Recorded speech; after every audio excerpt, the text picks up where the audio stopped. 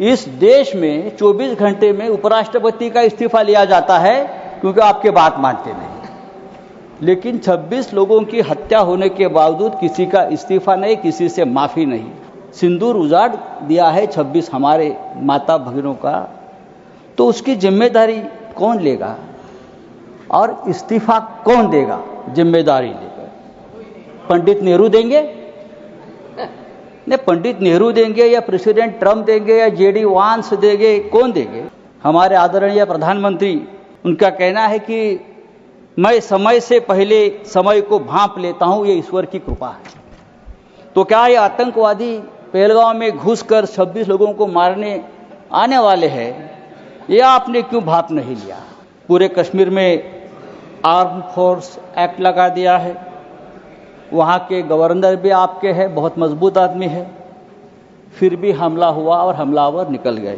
कि पंडित नेहरू की वजह से आप यहाँ बैठे हैं, राज कर रहे हो, ये पंडित नेहरू की मेहरबानी है। अगर सरदार पटेल प्रधानमंत्री होते तो आज आप हमारे सामने सत्ता में हो या देश में दिखते नहीं, उखाड़ कर फेंक देते।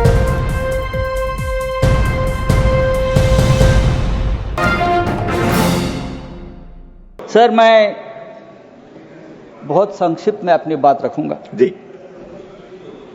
पहलगांव में 26 लोगों की हत्या हो गई। कैसे? अब तक सरकार नहीं बता पा रही। पूरा कश्मीर गृह मंत्रालय के अधीन है। 370 हटाने के बाद कश्मीर को केंद्र शासित प्रदेश बना दिया। वहाँ की पुलिस गृह मंत्रालय का आदेश का पालन करती है। पूरे कश्मीर में आर्म फोर्स एक्ट लगा दिया है, वहाँ के गवर्नर भी आपके हैं, बहुत मजबूत आदमी है, फिर भी हमला हुआ और हमलावर निकल गए। गवर्नर ने भी अपनी चूक मान्य की है कि ये चूक हो गई है, सुरक्षा में चूक हो गई है। अगर सुरक्षा में चूक हो गई है, 26 लोग मारे गए हैं, सिंदूर उजाड़ दिया है 26 हमारे माता भगिनों का, तो उसकी जिम्मेदारी कौन लेगा और इस्तीफा कौन देगा?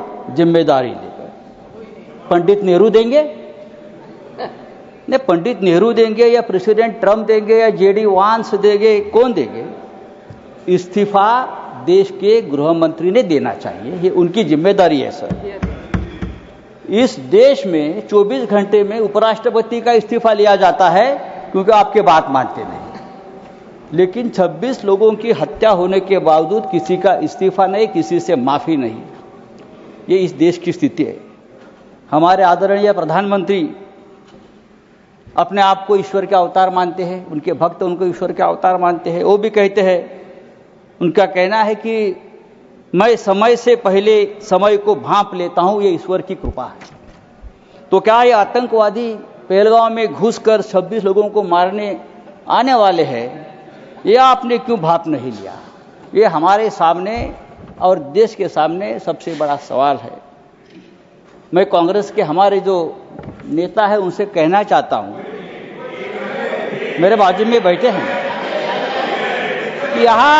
यहाँ कल से मैं जो बड़े बड़े भाषण सुन रहा हूँ, चाहे राजनाथ सिंह जी हो, चाहे हमारे विदेश मंत्री हो, चाहे नड्डा जी हो, सबको पंडित नेहरू की बहुत याद आती है। पंडित नेहरू हो, सरदार पटेल हो, भूतकाल में बहुत घूमते हैं आप लोग। पंडित नेहरू उन्हें सोने भी नहीं देते और जीने भी नहीं देते। सरदार पटेल की भी याद आती है। मेरा ये कहना है कि नेहरू तो महान थे, लेकिन सरदार पटेल को प्रधानमंत्री न बनाकर हमने एक ऐतिहासिक भूल की है। बात ऐसी है कि नेहरू साहब बहुत ही डेमोक्रेटिक आदमी थे, सरदार पटेल लोह पुरुष थे। अगर सरदार पटेल ऐसे नेता थे जिसने पहली बार आरएसएस पर प्रतिबंध लगाया था। अगर सरदार पटेल जीवित होते और 10 साल, तो ये लोग आज सामने दिखते भी नहीं। आरएसएस को पूरे आज प्रतिबंध लगा देते। समय समाप्त हो रहा है। उनकी विषय पर बोलिए। फेंक देते।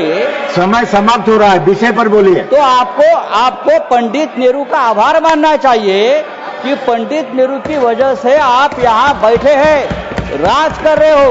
ये पंडित नेहरू की मेहरबानी है। अगर सरदार पटेल प्रधानमंत्री होते तो आज आप हमारे सामने सत्ता में हो या देश में दिखते नहीं, उखाड़ कर फेंक देते। सर नहीं सर, सरकार ने आपका समय समाप्त हो गया। मैंने बोला था आपको, लेकिन आप उलझे हुए थे। मैंने आपको बोला था। सरकार बोल रही है, समय समाप्त हो गया आपका। हमारे सामने, अब मैं नेक्स्ट स्पीकर बुलाऊंगा। पाकिस्तान हमारे सामने गिड़गिड़ा रहा था, हाथ जोड़कर हमसे रिक्वेस्ट कर रहा था कि सीजफायर कर लीजिए, युद्ध विराम कर लीजिए। अगर युद्ध विराम किया है तो युद्ध विराम के बदले में हमको क्या मिला? आप मुझे बताइए।